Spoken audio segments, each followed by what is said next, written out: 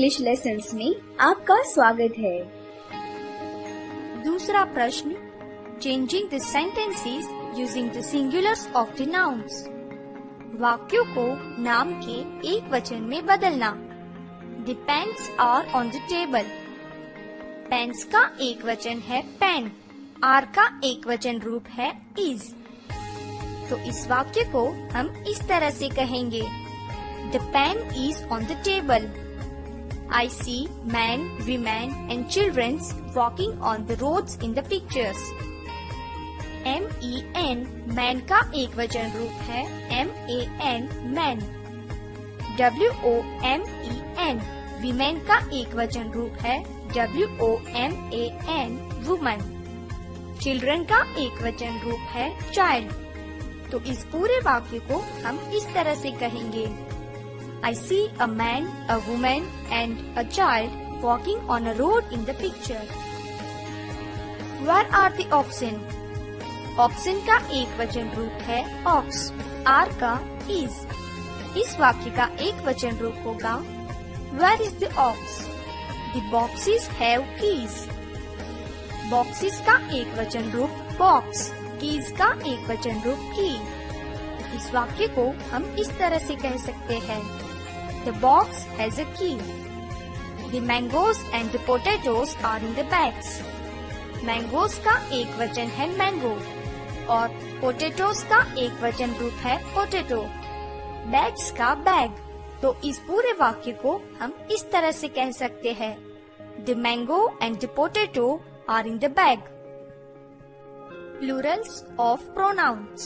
I का मतलब है मैं, इसका बहुवचन होगा W-E-V यानी हम। H-E का मतलब है वह, उसका बहुवचन रूप है T-H-E-Y ते यानी वे। M-Y my यानी मेरा, इसका बहुवचन रूप होगा O-U-R अवर यानी हमारा या अपना। H-I-S his यानी उसका, इसका बहुवचन रूप है T-H-E-I-R their यानी उनका। M-E me यानी मैं या फिर मुझे, इसका बहुवचन रूप है U-S us यानी हमें। H-I-M him यानी उसको और H-E-R her यानी उसको, स्त्री के लिए। इन दोनों का बहुवचन रूप एक ही होगा T-H-E-M them यानी उनका। T-H-I-S this यानी यह, इसका बहुवचन रूप है T-H-E-S-E his यानी यह। T-H-A-T that यानी वह, इसका बहुवचन रूप है T-H-O-S-E those यानी वह।